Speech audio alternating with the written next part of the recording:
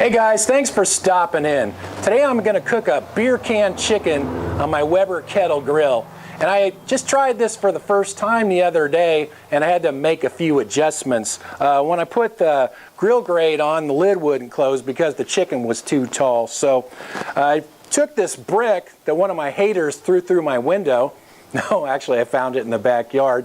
But I set this in the bottom of the grill, and I set the chicken on that. And that way the lid will close. So let's get kicking on this chicken. All right, let's get started here. I have a 6.5 pound chicken, and I season it inside out with some of this Kinder's mild barbecue rub. If I don't have barbecue rub, I just use seasoning salt. That works out real good.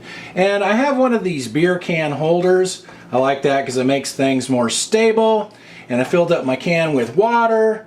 I've tried beer and I've tried soda, and I can't notice any difference in the flavor when I use beer or soda or anything than just plain old water. So I figure, why in the heck waste the beer? So it's about 3/4 full, the can of water there. Now I'm going to take the chicken wings and kind of tuck them behind his back. That way it keeps the wing tips from burning. Hands behind your back, chicken. We're taking you in. All right, he's ready to go there. Now, I'm going to stick just a regular old oven meat thermometer in the thickest part of the breast here. And I'm going to cook this until the internal temperature of the breast is 165 degrees, which will probably take about an hour and a half or so. Like I said, this is a 6.5 pound chicken, so it's pretty good size. Now we need to plug that hole in the cavity there so the steam doesn't escape out of the can. So what I usually do, or what I've used before, is little pieces of potatoes or apples or whatever. But what I did the other day was just stuff the chicken liver in there. Actually, this chicken had 2 livers with them, so just put the liver there. I like the liver, and that way I can cook the liver at the same time and it'll plug up the hole. Okay, I guess we're all ready. One other thing, the reason I use this pan here is because it catches the drippings so it doesn't flame up. You know, you don't have to get these grease flame ups. And also I'm going to pour some water in there, and that will also give the chicken a little bit more steam. So looks like we're all set. Let's go outside and get the grill lit.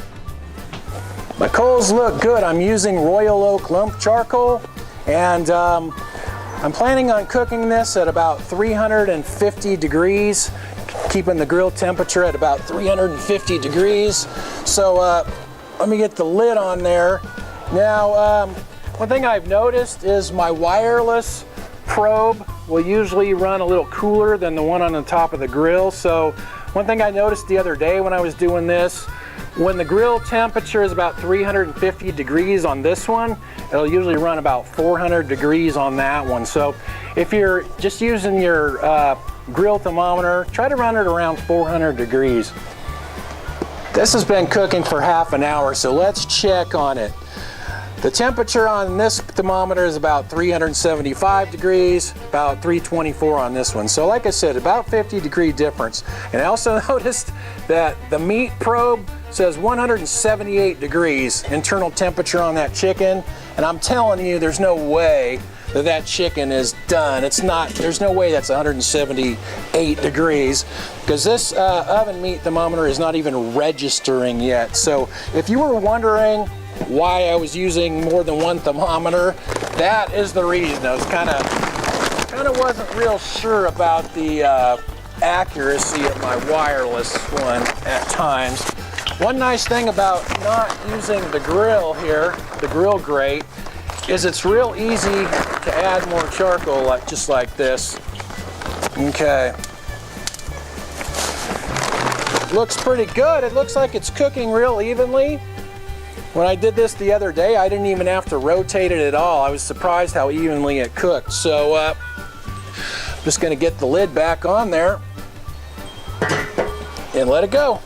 It's been an hour and a half. Let's take a look here. That looks pretty good to me.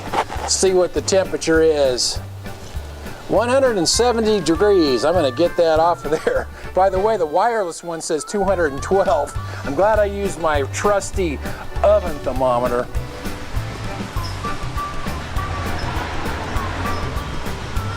Getting these off the can is the hardest part. I ended up spilling the water all over. It's almost a two-person job. It's a lot easier if you have someone to help you do that. Someone that can grab a hold of the can and pull it out while you lift up the chicken. So, see that leg is nice and tender. Wing looks nice and tender, pulls right off. Let's see how the white meat looks. These usually come out pretty juicy. It looks good. See the juice running out? And I didn't even brine this chicken. A lot of times I brine them first, but I didn't brine this one. It's just right out of the box. Looks pretty darn good to me.